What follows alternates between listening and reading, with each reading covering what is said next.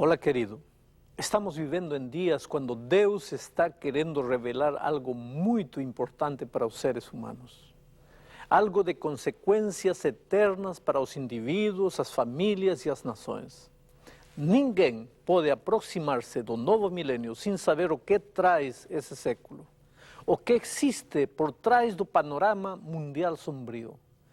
Criou Deus o ser humano e o abandonou ao seu triste destino? Continuará a morte trazendo dor e tirando de você os seres mais queridos?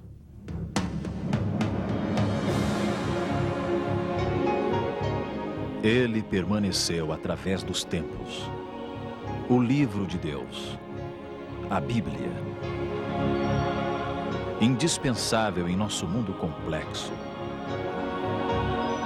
Está escrito, transmitindo esperança ao redor do mundo. Apresentado por Alejandro Bulhon.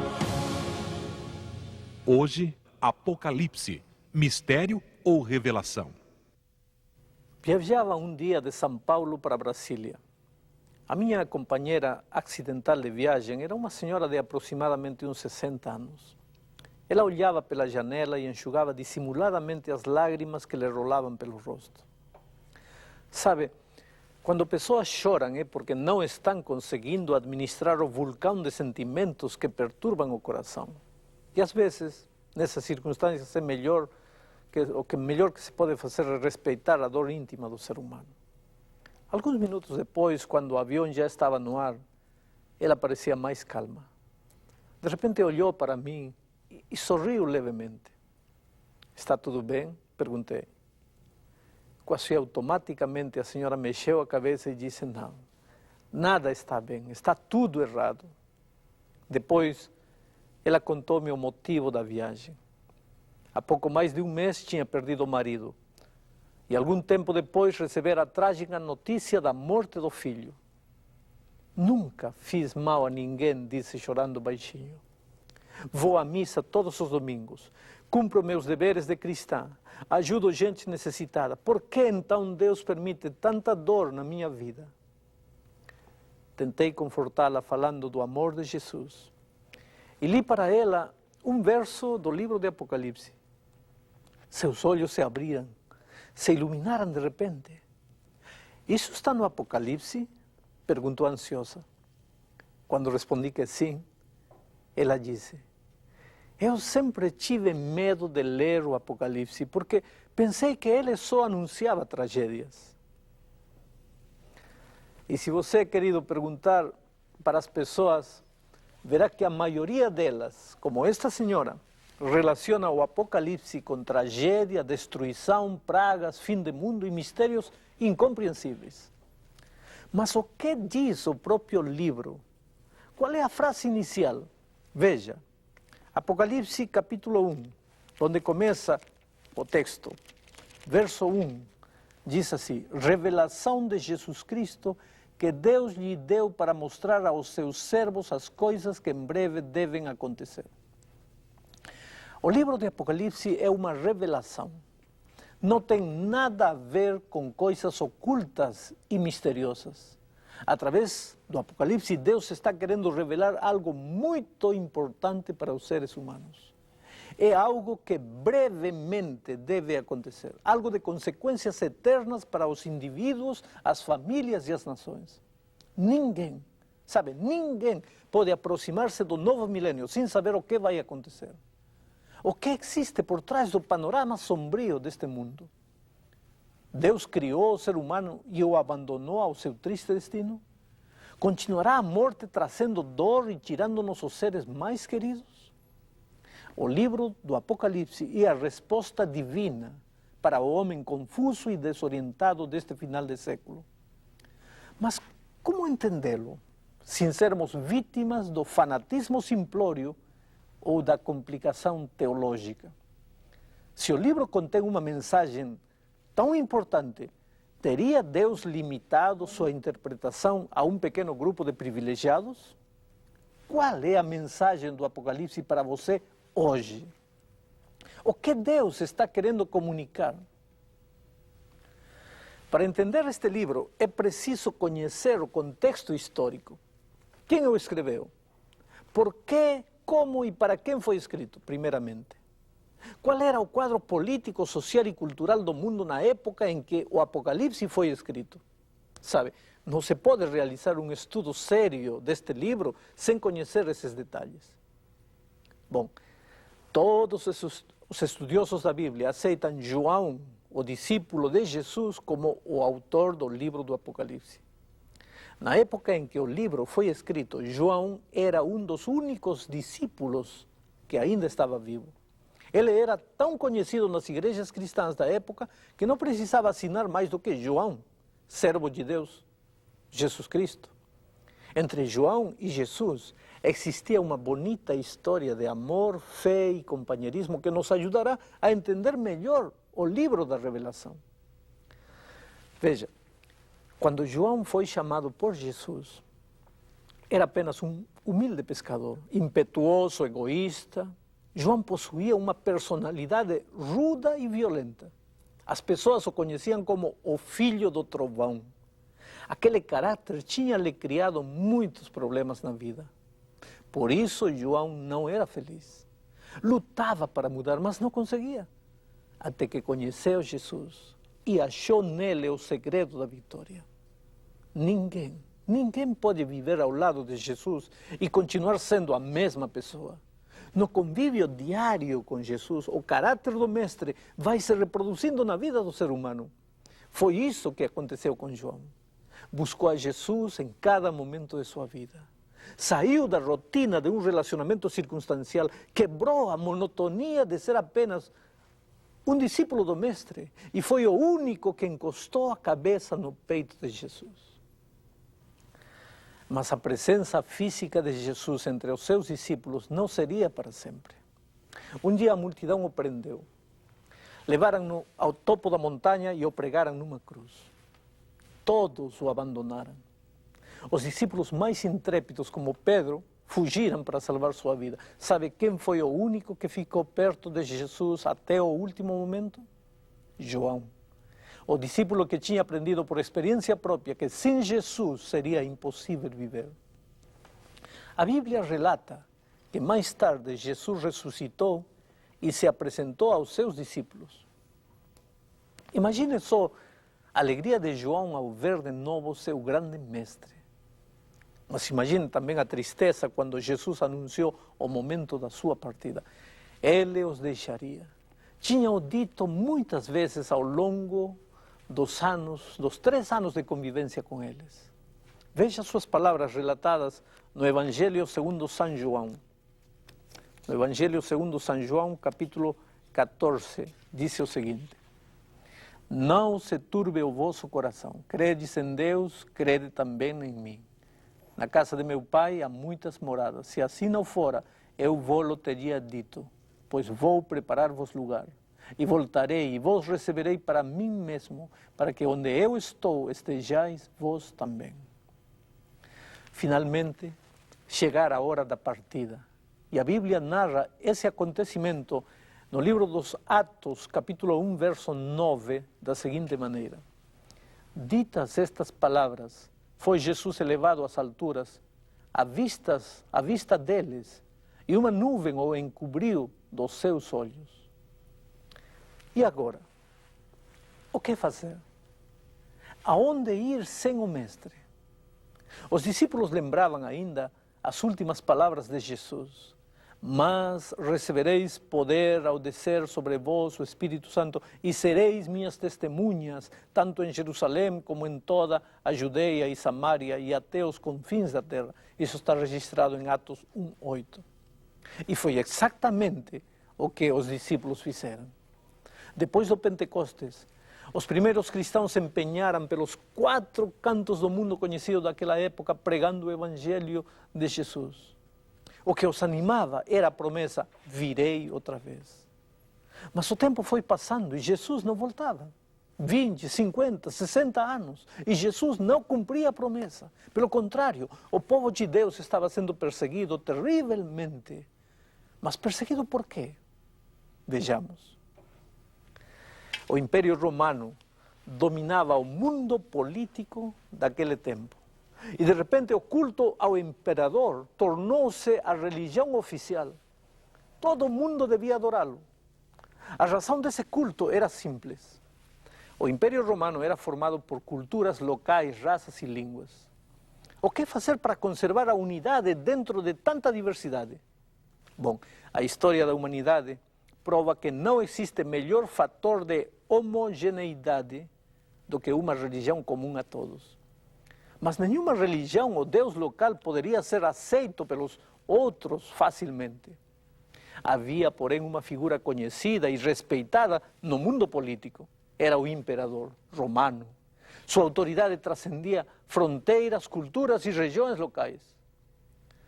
Por que não tomar, então, o imperador e fazê-lo uma espécie de divindade? Portanto, negar-se a adorar o imperador não era apenas um ato de irreligiosidade, mas um ato de rebeldia e subversão política. Se alguém se negasse a queimar incenso diante do busto do imperador, não era considerado apenas ateu, era tido como rebelde, desleal e subversivo. Mas os cristãos, você sabe, conservavam um princípio: ao Senhor teu Deus adorarás e a Ele sós darás culto. Isso está em Mateus 4:10. Como poderiam os cristãos adorar um ser humano que se atribuía as prerrogativas de Deus? Foi por causa desta atitude que os cristãos começaram a ser perseguidos e assassinados aos milhares. Dentre todos os imperadores, talvez Domiciano pode ser considerado um dos mais cruéis e perversos. Procurou estabelecer um governo absoluto, promoveu sua divindade através de holocaustos públicos. Os cristãos eram queimados como tochas vivas ou destroçados por feras famintas nos circos romanos. O próprio João foi levado a Roma para ser julgado por causa de sua fé. Ali, o antigo filho do trovão, transformado pela graça de Cristo no discípulo do amor, defendeu sua fé e deu testemunho de seu amor por Cristo. Seus argumentos foram contundentemente convincentes, mas o imperador Domiciano, cheio de ira, mandou que os jogassem num caldeirão de óleo fervente. Mas o Senhor Jesus preservou a vida de seu servo e ele saiu ileso de lá. Mais tarde, por decreto do próprio imperador, João foi enviado à ilha de Patmos, um território rochoso, num arquipiélago grego, perto do litoral da atual Turquia. Para ali os criminosos eram enviados a fim de morrerem trabalhando como bestas. Foi lá, naquela ilha solitária, por volta do ano 95, 96 de nossa era, que tudo aconteceu. João foi tomado em visão e levado às cortes celestiais, e de lá pôde ver o desenrolar da história, as coisas, diz Apocalipse, que são e que hão de acontecer. Deus deu a João a mensagem do Apocalipse porque seu povo precisava entender o que estava se passando. Porque dava a impressão de que Jesus tinha esquecido de seus servos. Onde estava a promessa de que viria outra vez? Por que a injustiça prevalecia sobre a justiça? Por que os maus prosperavam enquanto aqueles que tentavam ser fiéis a Deus eram perseguidos e mortos? O que os cristãos podiam fazer? Que esperança podiam ter? Já se haviam passado quase 100 anos e Cristo ainda não tinha voltado. Não havia entre eles sábios ou poderosos. Como conseguiriam enfrentar o poderio de Roma? O império que ninguém ousava resistir, como eles enfrentariam? Por isso, os cristãos viviam numa encruzilhada. César ou Cristo? O Apocalipse foi escrito justamente para alimentar a fé dos filhos de Deus, para explicar-lhes o porquê da aparente tardança e para mostrar-lhes o desenrolar da história desde aqueles dias até o fim dos séculos. Sabe, querido, nada do que acontece hoje deixou de ser revelado. As guerras, a exploração social e econômica, os problemas ecológicos, a explosão demográfica, o desequilíbrio climatológico, as tragédias no mar, na terra, no ar, tudo foi revelado, tudo tem uma razão de ser. Tudo tem uma explicação. tudo é consequência de um conflito cósmico que teve início muito tempo atrás, num longínquo e distante universo celeste. Mas se Deus queria explicar tudo isso aos seus filhos, por que tantas figuras e simbolismos? Ao ler o Apocalipse, você vai se deparar com cordeiros, monstros, chifres, bestas, selos, trombetas, pragas, cavalos de várias cores, seres estranhos com rosto de boi, de leão, enfim. São 3.000 símbolos e figuras. Mas se o Apocalipse é uma revelação importante para os seres humanos, se tem que ver com verdades eternas e também com a morte ou a vida do homem, por que tanto mistério aparente? Não podia Deus ter dado sua mensagem de uma maneira mais clara? Podia sim. Mas lembre-se de que quando João escreveu o Apocalipse, a igreja cristã estava sendo perseguida pelo poder político de Roma. A mensagem do livro apresentava a queda do Império Romano. Você já pensou o que aconteceria com a igreja se os líderes romanos pudessem entender o conteúdo da revelação? Você verá também que o Apocalipse fala do anticristo e de como as forças ocultas do mal tentarão ao longo da história destruir a palavra de Deus. Já imaginou o que aconteceria se todas as pessoas comprometidas com o anticristo pudessem entender?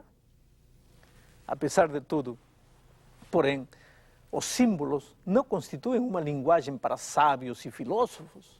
Diferentemente das ideias abstractas que só conseguem ser compreendidas por uma elite intelectual, os símbolos apocalípticos constituem uma linguagem acessível a todos, cultos ou iletrados, adultos ou crianças, ricos ou pobres. O livro do Apocalipse é a revelação urgente de algo extraordinário que você precisa saber no terceiro milênio. É algo que envolve vida ou morte, salvação ou perdição. E esse algo é o fato de que existe um conflito cósmico pairando entre os seres humanos. E você, querido, não pode ficar alheio a ele. É uma luta de consequências eternas. É a batalha para conquistar a mente e o coração do ser humano. Esse conflito envolve não somente os homens, mas também as forças da natureza. Só que, como todo conflito, ele está chegando à sua etapa final e é urgente que o ser humano conheça a verdade revelada para esta hora. Você não pode ficar no terreno neutro. É preciso tomar uma decisão. Mesmo que você enfrente sofrimento, diga para Deus: eu te seguirei. Abra seu coração e siga-o até o fim. Eu te seguirei, Jesus. Eu te seguirei, Senhor. Mesmo que eu enfrente sofrimento, eu te seguirei, Jesus. Tu mudaste toda a minha vida. Fui gerada em novo nascimento.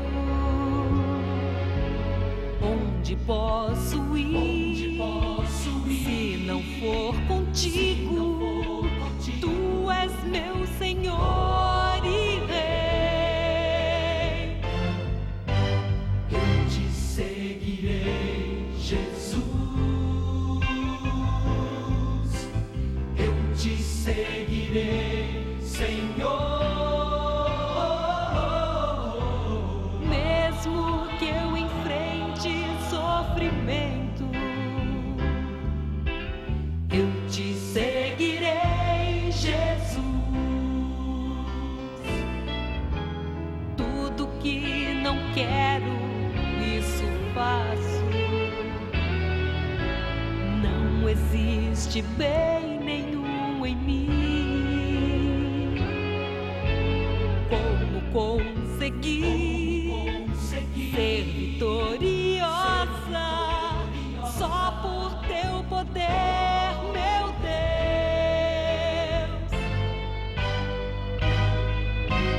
Eu te seguirei, Jesus. Eu te seguirei.